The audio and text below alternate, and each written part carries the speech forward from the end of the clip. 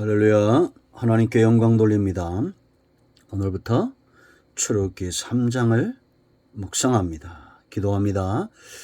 하나님께 영광과 감사와 존귀를 올려드립니다. 출애굽기의 말씀을 통해서 우리에게 은혜를 더하시고 깨닫게 하시니 감사합니다. 하나님께서 출애굽기를 통한 말씀하시고자 하는 의도를 분명히 깨닫고 아는 은혜가 있게 하옵소서. 종을 낮추시고 겸손하게 하시고 오직 말씀의 도구로만 쓰임받기를 원합니다. 하나님의 지혜와 능력이 이 말씀 가운데 나타나 듣는 자들의 영이 샘을 얻고 육체의 모든 질병은 치유되고 마음으로 품고 기도하는 모든 소원들이 응답되는 시간이 되게 하옵소서. 악한 온수마귀가 틈타지 못하게 하시고 오직 성령의 인도하심 가운데 있기를 원합니다. 예수님의 이름으로 사모하며 기도합니다. 아멘. 3장과 4장은 출애굽기 3장과 4장은 모세의 소명장입니다. 모세가 이제는 이스라엘의 지도자로 하나님으로부터 세워지고 소명받는 그러한 장입니다. 하나님이 그의 삶 가운데 개입하기 전에 그 삶은 큰 의미가 없다는 것을 알아야 됩니다. 양측이란 직업이 의미 없는 것이 아니라 그의 생애를 말하는 거죠. 이 땅에는 모든 사람들이 하고 있는 일들은 다 귀합니다. 그것이 양측이든지 한 나라의 주권을 가진 자든지, 그러나 하나님이 개입하는 순간부터 그 삶이 달라지는 겁니다. 이제 우리가 본문을 읽으면서 이 모세의 받은 소명이 저와 여러분의 소명이기를 원합니다. 고통받는 백성이 있다면 하나님은 여전히 일하실 것이기 때문이다라는 겁니다. 이제 여러분 본문을 주목해 보십시오. 1절 말씀. 모세가 그의 장인 미디안 제장 이드로의 양떼를 치더니 그떼를 광야 서쪽으로 인도하여 하나님의 산 호렙에 이르매 여호와의 사자가 떨기나무 가운데로부터 나오는 불꽃 안에서 그에게 나타나시니라. 그가 보니 떨기나무에 불이 붙었으나 그 떨기나무가 사라지지 아니하는지라. 이에 모세가 이르되 내가 돌이켜 가서 이 큰 광경을 보리라. 떨기나무가 어찌하여 타지 아니하는고 하니 그때 여호와께서 그가 보려고 돌이켜 오는 것을 보신지라. 하나님이 떨기나무 가운데서 그를 불러 이르시되 모세야 모세야 하시매 그가 이르되 내가 여기 있나이다. 아멘. 모세의 소명을 간단히 이렇게 정의할 수 있습니다.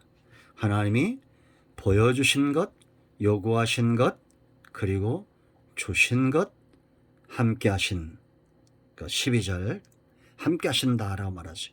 보이시고 요구하시고 주시고 함께 하신다라는 겁니다. 왜겠어요? 하나님의 택한 백성, 우리가 잘한 대로 나라는 주권이 있어야 되고 백성이 있어야 되고 땅이 있어야 됩니다. 하나님 나라라고 해서 다르지 않습니다. 가장 중요한 것은 백성이겠죠. 백성이 없다면 왕도 땅도 필요가 없을 겁니다. 하나님의 백성들이 고통받는 것을 하나님은 원치 않습니다. 그들을 이끌어내시기를 원하는 겁니다. 지금도 세상에 속하고 바로에게 사탄에게 속한 사람들의 삶의 모든 결말은 고통이라는 거 아셔야 됩니다. 하나님이 없는 백성의 삶입니다. 고통이고 절망입니다. 그들을 이끌어내시기 위한 하나님의 방법은 모세를 세우는 겁니다. 오늘날 저와 여러분을 세우셔서 고통받는 백성들의 저주와 고통과 절망을 끊으시고 하나님께로 이끌어내시기를 원하신다는 것, 하나님은 여전히 동일한 마음으로 하나님의 뜻을 가지고 우리 가운데 일하신다는 것을 우리가 이제 출애굽기를 통해서 알게 될 것입니다. 성도의 삶은 우리가 로마서에 보았지만 구원과 삶 두 가지가 중요합니다. 구원은 거듭남 생명의 문제죠. 삶도 산자의 몫입니다. 죽은 자에겐 삶이 없죠. 성도의 삶 가운데서 가장 중요한 하나를 꽂으라면 바로 소명입니다. 하나님으로부터 소명을 받는 것입니다. 우리의 구원이 복된 것은 하나님의 개입하심에 있습니다. 우리의 사역, 우리의 소명이 능력 있고 놀라운 것은 하나님의 개입하심에 있습니다.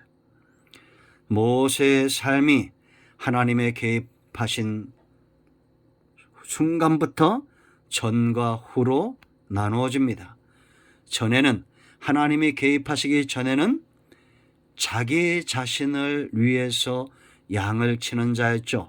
자기의 가족과 자기 자신 한 사람을 위해서 먹고 마시고 육체의 삶을 연연하기 위해서 수고하는 사람이었습니다.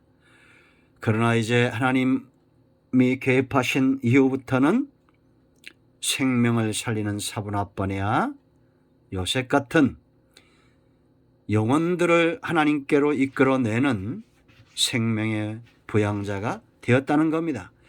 지금도 여러분 바울의 삶이 그랬던 것처럼 모세의 삶이 그랬던 것처럼 아브라함 하나님이 개입했던 모든 사람들이 삶이 그랬던 것처럼 지금도 하나님의 손에 붙들림 받은 사람들은 세상 권력과 사단의 역사 가운데 매여 있는 노예 가운데 고통받는 자들을 이끌어내는 사역을 한다라는 겁니다. 열매로 하는 겁니다. 하나님의 손에 붙들림 바 되지 않은 사람은 여전히 자기 자신과 무엇을 먹을까 무엇을 입을까 육신의 삶의 염려에 빠져 있는 자들입니다.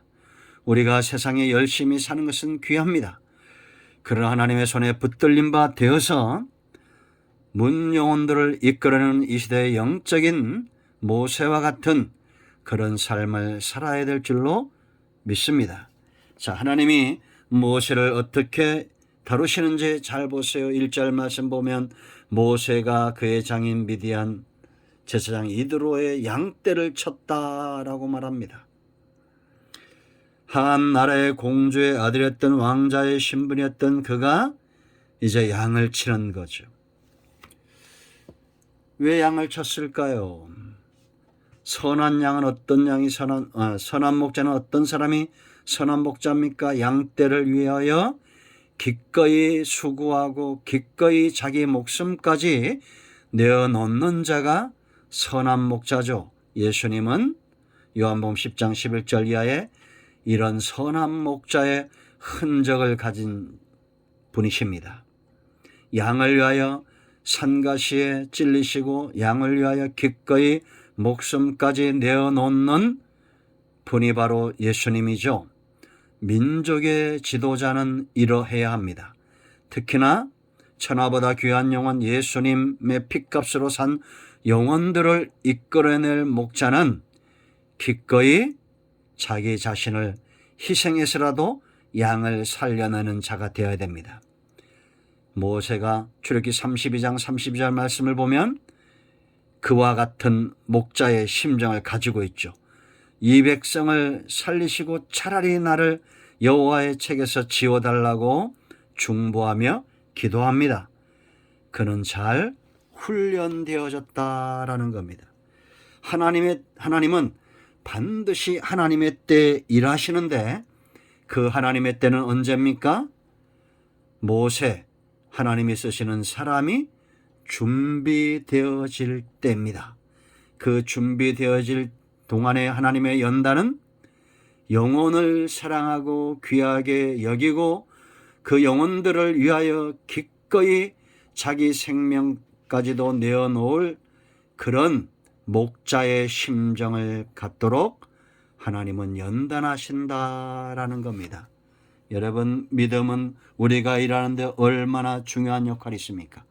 그러나 그 믿음이 참 믿음이 되고 그 믿음의 역사를 이루는 일에 그 사역을 감당하도록 하는 것은 긍휼과 사랑의 마음이죠.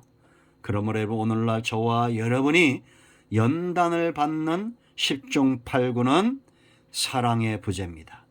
사랑하십시오.